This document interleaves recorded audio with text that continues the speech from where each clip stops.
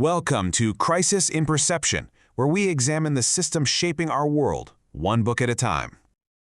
So in this explainer, we're digging into how political violence isn't really a static thing. It's more like an adaptive system. Our source material gives us a framework for understanding exactly how it survives, by constantly reshaping its story of who's a threat and why its actions are legitimate. Our guide for this is the book Extreme Right-Wing Political Violence and Terrorism. Now, we're not treating this like a story. Think of it more as an academic toolkit for getting our heads around a really complex and, frankly, persistent system. And the book gets right to a central puzzle. Why is this form of violence so resilient? I mean, it just seems to persist and evolve, even when its specific ideologies, its symbols, and even its chosen enemies change completely from one generation to the next. Okay, so this brings us to a really key concept here, which is just trying to define the problem in the first place. There's a quote cited in the book that just nails it. This phenomenon is a moving target. It is ever-changing and evolving whilst being studied. And that's the key, you know? The fact that it's always changing isn't a bug, it's a feature. And that's what makes it so incredibly hard to get a handle on. Which, leads us right to the core insight of this whole analysis. We've got to shift our thinking, away from just looking at fixed beliefs and start seeing it as an adaptive structure. So check this out. It's all about a shift in perspective. The usual way of looking at this is to focus on a fixed ideology, right? To ask, okay, what do these people believe? But the systems view, it asks a totally different question. It asks, how does this system keep itself going? It's not about being super committed to an old ideology. It's about structural survival. The system's main goal isn't to preserve some old idea, it's to adapt its purpose, to find new enemies, just to keep surviving in whatever the current social environment is.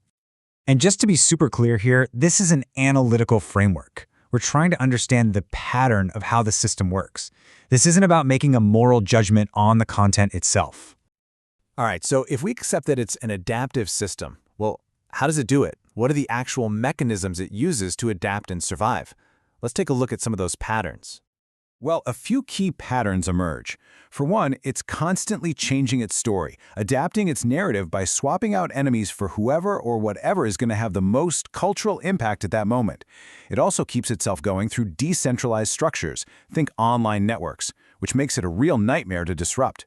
Then there's the PR side, right? It manages its legitimacy by always framing its actions as purely defensive. And finally, it's really good at playing off of mainstream institutions. It knows how to exploit political debates and media chatter to its own advantage.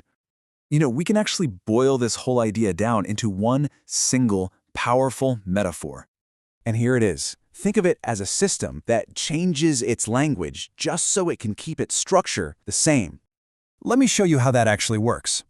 The core structure, the engine of the whole thing, is a simple us versus them conflict. It's always based on some kind of perceived threat to the in-group. Now, the old language might have been specific conspiracy theories, but the new language is much slicker.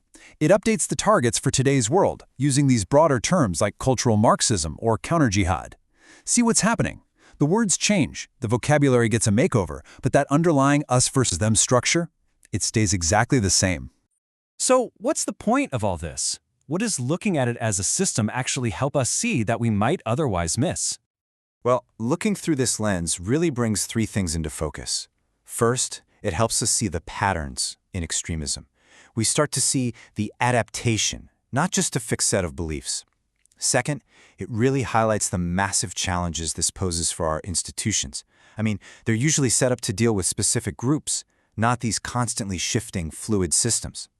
And maybe most importantly, it shows us the sneaky process of normalization, how these new, adaptive stories can slowly, quietly creep into the mainstream conversation. And that really leaves us with a big question to chew on. How does viewing extremism as an adaptive system instead of just a fixed belief actually change the way we perceive it? This project is free and publicly accessible. If you'd like to support the time, tools, and research behind Crisis and Perception, you can become a supporter on Patreon. For a longer, audio-based analysis of this topic, see the deep dive linked in the description.